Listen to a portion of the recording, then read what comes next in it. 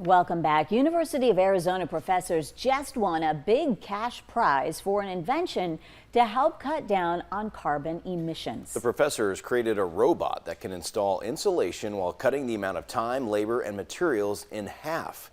KOLD News 13's Shaley Sanders joins us with the story, new at 6.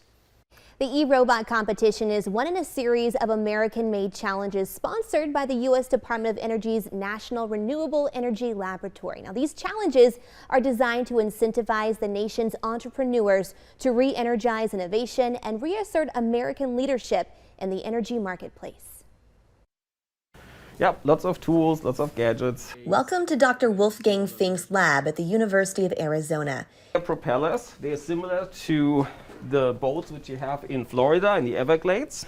It's filled with all sorts of autonomous projects that can be used for planetary exploration and right here on Earth, which is why he partnered up with Dr. Jonathan Bean, a University of Arizona assistant professor of architecture and sustainable built environments. Yeah, we're kind of hardcore researchers. Together, they entered an e-robot competition, which encourages participants to fast-track efforts to meet building industry needs. For this team, it all comes down to carbon emissions. Existing buildings account for about 50% of carbon emissions globally. And while building codes can help eliminate emissions in the future, what do you do with existing buildings like this one? We're looking at a building right now that is an uninsulated masonry building. So that means that there's not really any impediment to thermal transfer between the inside and the outside. And you might live in a building like this if you're here in Tucson, and if you do, you probably realize that it's pretty uncomfortable. And if you've tried to hire a contractor lately, you know they're pretty busy. There are not enough people right now to do the existing work that we need to do to retrofit buildings. Retrofitting the outside of a building is usually a very labor-intense process. You have to build a scaffold. Lots of people have to be on the scaffold. It's highly manual. So the idea is to replace that with a robotic approach. We like this idea of sort of taking the existing labor force and helping more people actually get higher value work, and also at the same time expanding the number of buildings that we can retrofit and add insulation to. Their solution? This little guy called wall eaves for short.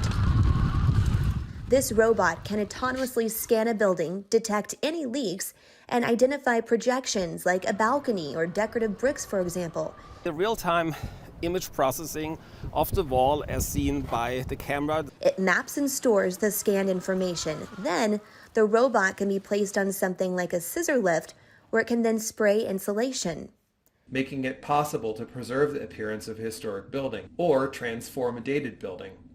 Their hard work paid off.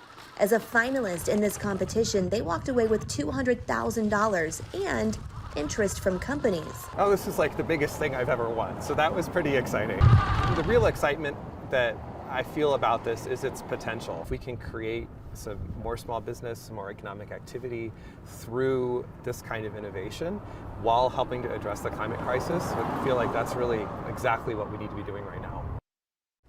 Now, as for the $200,000, these professors tell me they donated that money to the University of Arizona in the name of research. And as we mentioned, these robots can scan the building and then can even detect defects. And Wolfgang tells me it's actually the same technology used in vision implants. People wear a miniature camera on their eyeglasses that can capture and process images in real time, putting together a more clear picture for those who are blind. To learn more about this competition and all of this incredible research, just visit our website on KOLD.com. Shaley Sanders, KOLD News 13. Is just amazing work. Thank you for sharing that with us.